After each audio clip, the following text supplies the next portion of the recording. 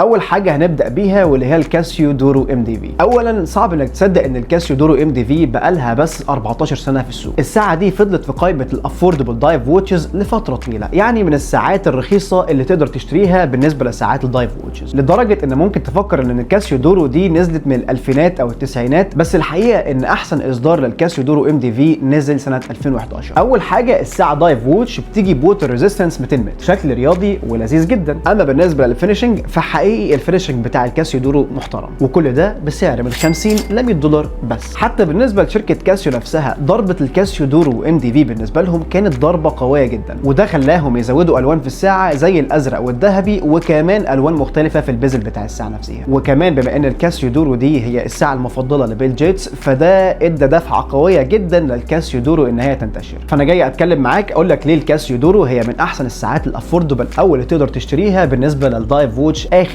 25 سنه. وبما اني عارف انك بتفكر في حاجه زي الرولكس، فانا هبدا معاك بالارخص عشان تقدر تشتريها، بس شيل عقده الرولكس من دماغك. اول حاجه بالنسبه للكاسيو دورو الكيس وفي اللبس شكلها ازاي. خلينا نعترف ان معظم الساعات الدايف ووتشز بتكون اساسا كبيره في الحجم، والكاسيو دورو حجمها 44 ملم، ولمعظم الناس هيفكروا ان حجم الساعه كبير. عرض الساعه 44 ملم، والسماكه بتاعتها 12، ومن اللج تو لج 48، وكمان بتيجي باليوني دايركشنال بيزل، وبيكون في 120 كليك بعد لما عملوا التحديثات بتاعته. غير كده ان الكاسيو دورو جايه بالسكرو داون كراون، وكمان بالنسبه للكراون بتاع الكاسيو دورو في الفينشنج بتاعه عاملين له جارد. لما تيجي تبص على جنب الكاسيو دورو الفينشنج بتاعه فيه بيفل كده حواف عامله شكل كويس ومديها ستايل جميل. وكمان الكيس باك بتاعها برضو معمول نظام السكرو داون. بما ان هي بتيجي بالمينرال كريستال، انت ما تتوقعش ان هي تكون سفير بالسعر ده، يعني ممتاز جدا للقرايه وواضح جدا بالنسبه لك. بالنسبه للعقارب كمان بتاعتها اللي على شكل الاسهم عامله شكل جميل، والتشطيب بتاعها ممتاز، وكمان فيها اللوم بشكل ليلي اللي هي اللومينستي او الاضاءه بشكل ممتاز بالنسبه للسعر ده. في ناس كتير انتقدت ان الموفمنت بتاعت الكاسيو دورو ان هي معموله من كوارتز، ولكن الكوارتز بالنسبه لكاسيو دورو اتعملت بالشكل ده علشان تكون دقيقه، وعلشان سعرها يكون مناسب للي عايز يشتري ساعه تكون دايف ووتش بسعر يناسب الكل. تيجي بالدرابر او البريسلت ستانلس ستيل، سعرها بيتراوح من 50 ل 150 دولار على حسب المكان اللي انت موجود فيه.